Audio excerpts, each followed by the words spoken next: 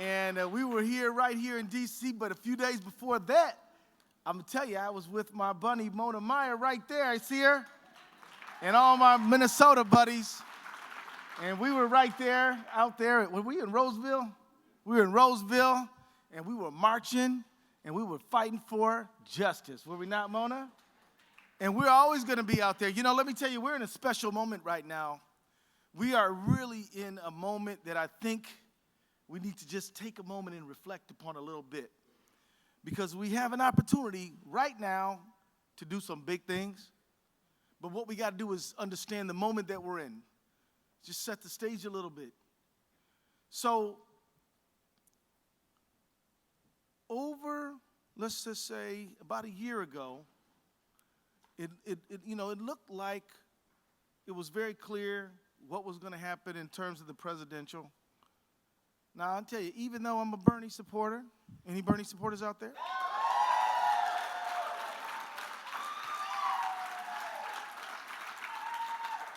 I just want to say I do respect Secretary Clinton, and I honor her service. But about a year ago in Iowa, they were giving Bernie like 4% chance.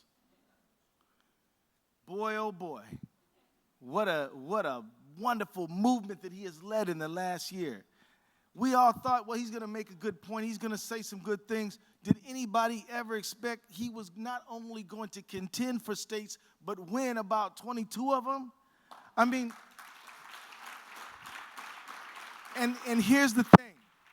Based on an unapologetic platform of collective bargaining, of raising the wages of working people, of no TPP, right? Of breaking up the big banks, of standing up to the big money. Based on that platform, he ran. Now, I'm going to tell you, if you stepped into a time machine and went back to the 1990s, everybody would tell you, well, if you're a Democrat and you want to win, you got to be tough on crime, want to kick people off welfare, and you got to vote for NAFTA. That's what they would have told us if it was in the 90s. We have taken that model and proven in the course of a year that it is wrong and that Americans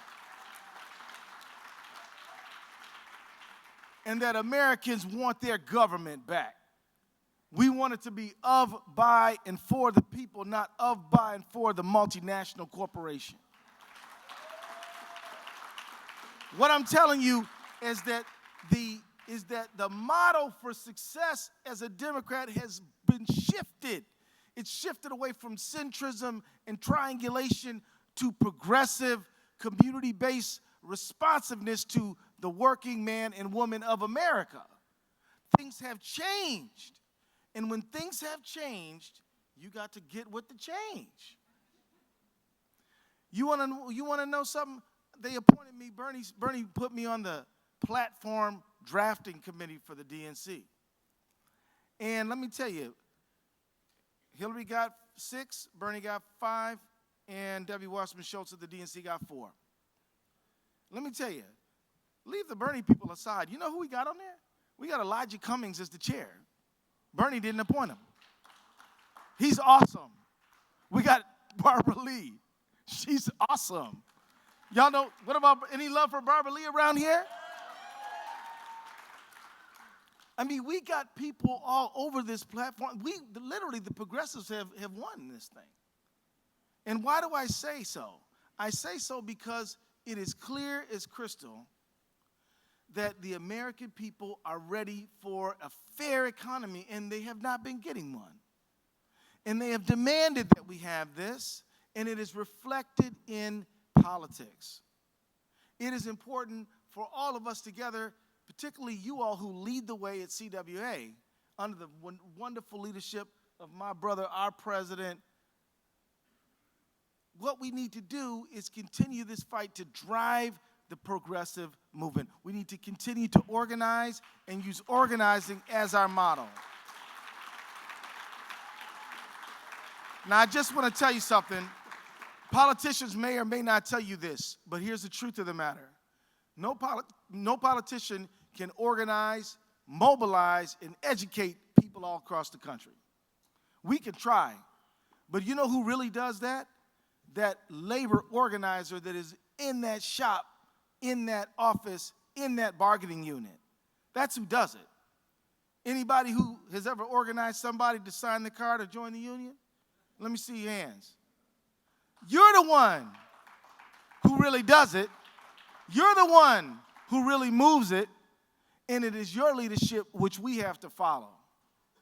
But if you are doing good before, we need you to push your foot on the accelerator a little bit more right now, because the moment we were in right now is a moment full of promise.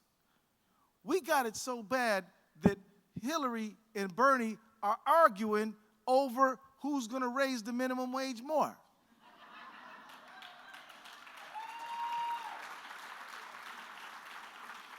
We got it to the point where they want to argue, well, I'm for debt-free college. Well, I'm for tuition-free college. You see what I'm saying? I like that argument. I like that debate. That's the debate we want. Because that's the debate where heads we win, tails we win.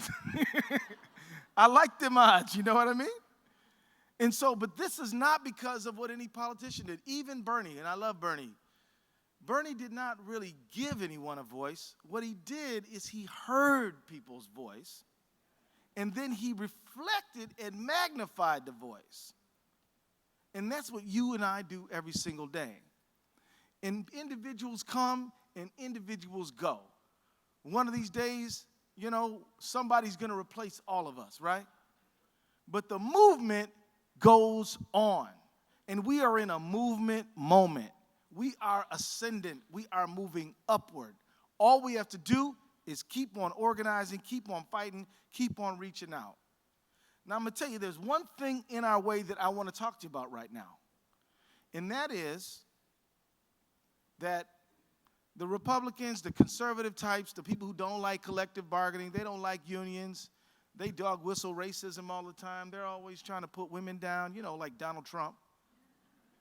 These people, well, by the way, on Donald Trump, I'm tired of Republicans complaining about Donald Trump. Because what they like to whisper and imply, he just screams it into a microphone. He's not different.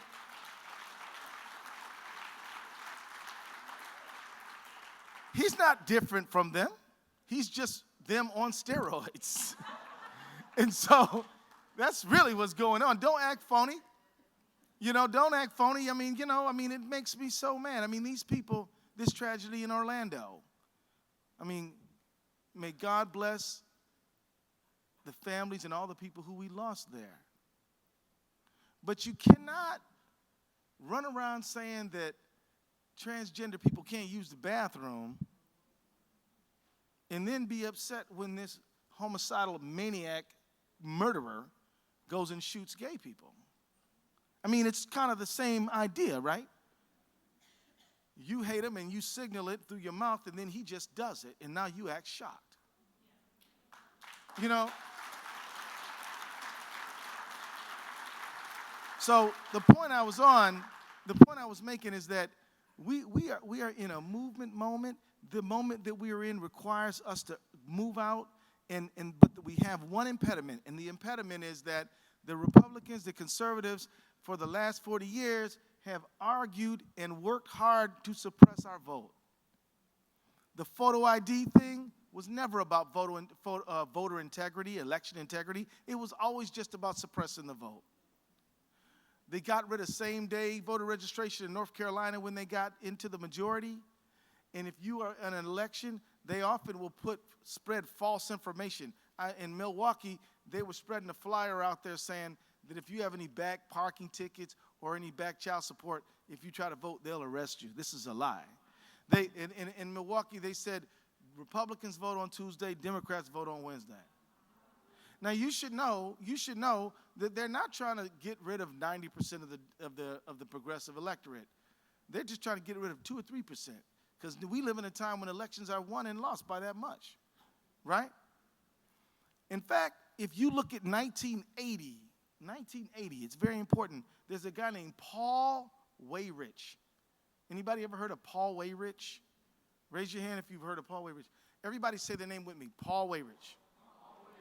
I want you to know him because this man is a movement conservative who works very hard every day and all the time to figure out how to put them on top, to take the 1% and make them have all the power. They already got all the money, now they want all the political power too. And what Paul Weyrich said is, he said this at a gathering. This guy helped found the Moral Majority, the Heritage Foundation, all these think tanks that suppress and oppress all of us. He said, I don't want everyone to vote. Elections are not won by the majority of the people, never have, never will. In fact, our agenda and the likelihood of success goes up as the electorate size goes down. He wants to shrink the electorate.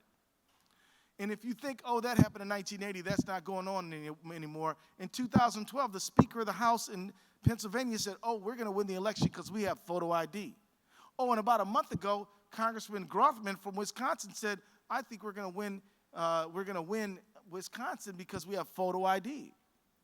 They have identified voter suppression as a strategic goal of theirs because they know that their right-wing agenda is going to win if we don't vote. Now, what has happened, though? You may ask yourself, okay, so that's what they want to do. What has happened? I'm going to tell you, we've had the smallest number of Democrats in the House of Representatives since Truman. We have lost 910 state legislators since 2008. In 2014, only 36% of the people voted. In Ferguson, when Mike Brown was shot by that police officer in Ferguson, only 12% of the people of Ferguson voted in the last election. I'm telling you that when we don't vote, bad things happen, and they don't want us to vote. And I was talking to a young friend of mine who said, oh, I don't know if voting makes any difference. I said, why is the right wing trying to stop you to vote if it don't make no difference? They must think it makes a big difference, right? But CWA has been and is and will be on the front line when it comes to turning out the vote. But we must set voter turnout as a strategic goal. I'm telling you that if any politician comes to you and says, I want you guys to back my campaign, and they don't want to tell you how they're going to increase voter turnout, you need to tell them to go back and correct that paper and talk to us a little later. Why do I say that? Because we got people winning elections, Democrats, with like 28% of the vote, turnout, 36%. This is not a good thing. Let me tell you, I am in what they call a safe seat, but if I increase voter turnout as I have done, that makes the governor and the statewide much more likely to be successful.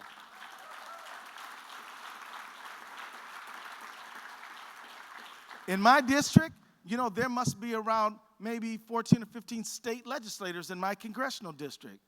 I have made sure that there's not one single solitary Republican amongst them. We have chased them all out.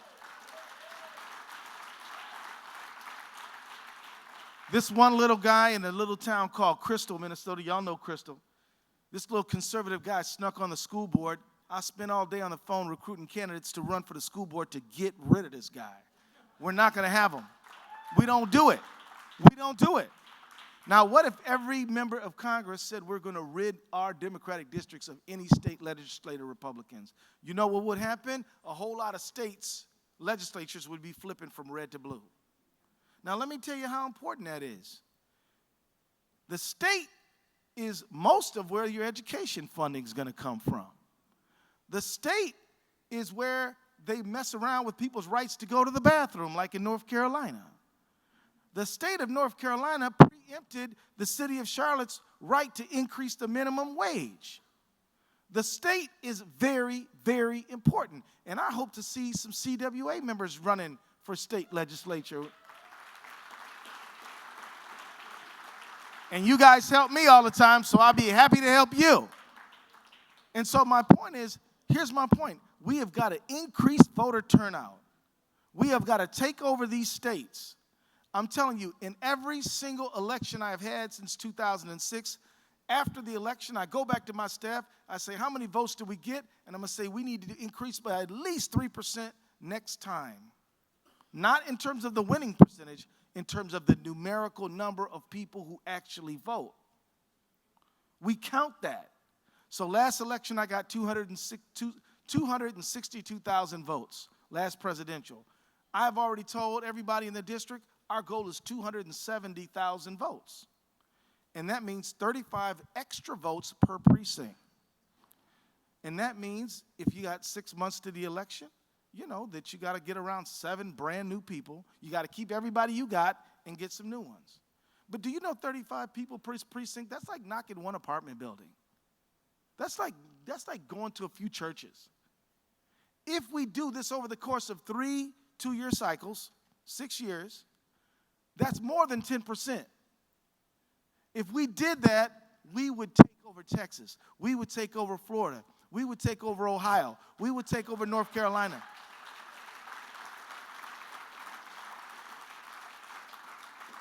But I'm going to tell you, the problem with getting this done is that these consultants who depend upon TV for their revenue, they're not so much interested in field. They're fine with turnout. They don't care whether there's more turnout. They care whether they get their checks cleared. And I'm telling you that it is field that will increase turnout. How does that happen? Because you knocking on a door, making a relationship with somebody, getting to know them, that's what's going to get a person who was not going to vote to vote. But a TV commercial, and I'm not against TV, right? I've never run a TV ad myself, but I'm not against it. But if most of them is negative ads. Now, if I run an ad and say my opponent doesn't like kittens, then my opponent runs an ad against me saying I don't like little kids, then that ad does not get more votes for that person, nor does it get more votes for me. What it does is it tells my people not to vote for me. And I'm telling his people not to vote for him. So my people not voting for me, his people not voting for him, and we do that, and you know what we end up with? 36% of the vote in 2014 because of all them negative ads. I encourage Democrats, you might use a negative ad to win one election, but overall it's a bad thing because it pushes down turnout, and we need to be boosting up turnout. Now what I'm telling you is that it's not only about winning an election. It's also about something way deeper than that. It's about going to Miss McGillicuddy, who's, working hard. Maybe she's pouring coffee at the local Denny's or something for a living, on her feet all day. And it's saying to her, Miss McGillicuddy, you can tell the Koch brothers to go stuff it. You can even make them do what you want them to do. And she's like, honey, I can't do that. Them people got money. They got power. I can't make them do anything. But if you elect somebody who has the power to regulate them, you just control them. So it's really about elections, but it's also about putting power in the hands of the people.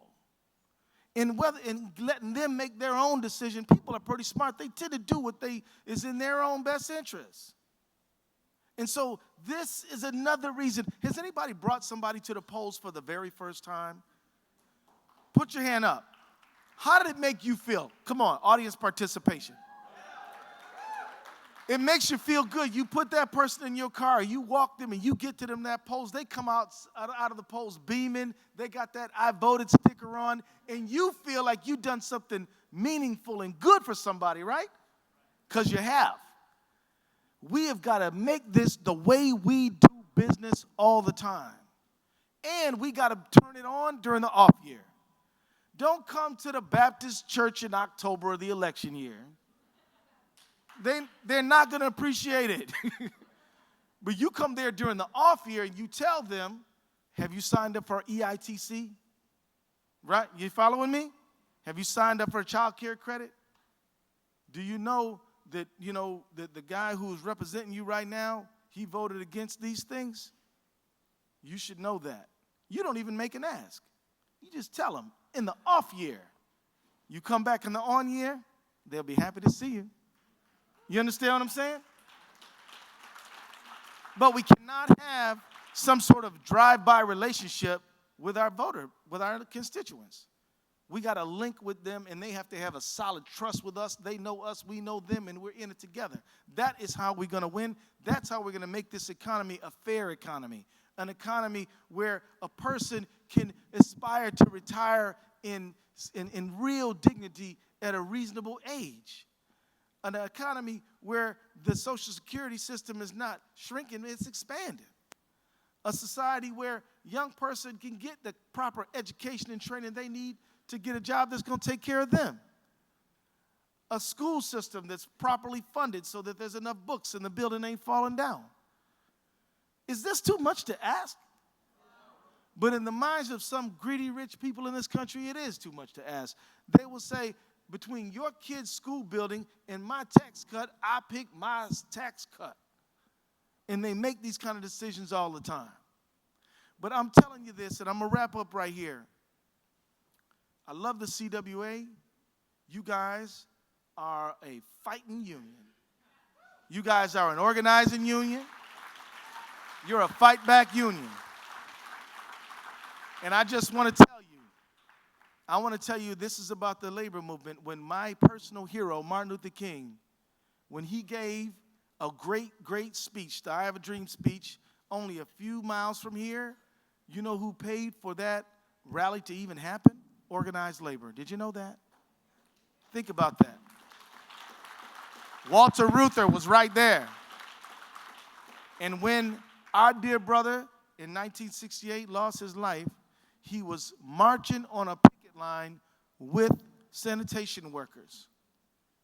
And you know what? He lost his life, but those workers, they won that strike in Memphis. Did you know that? So what I want you to know is, one of the reasons I love CWA is because, yes, it's about the pay and the working conditions of the members of CWA. It's got to be about that. That's why the union exists. But thank God, it's not only about that. It is about justice. It is about human rights. It is about all of us. It is about standing and holding ourselves together so that all Americans can have some dignity. Thank you all.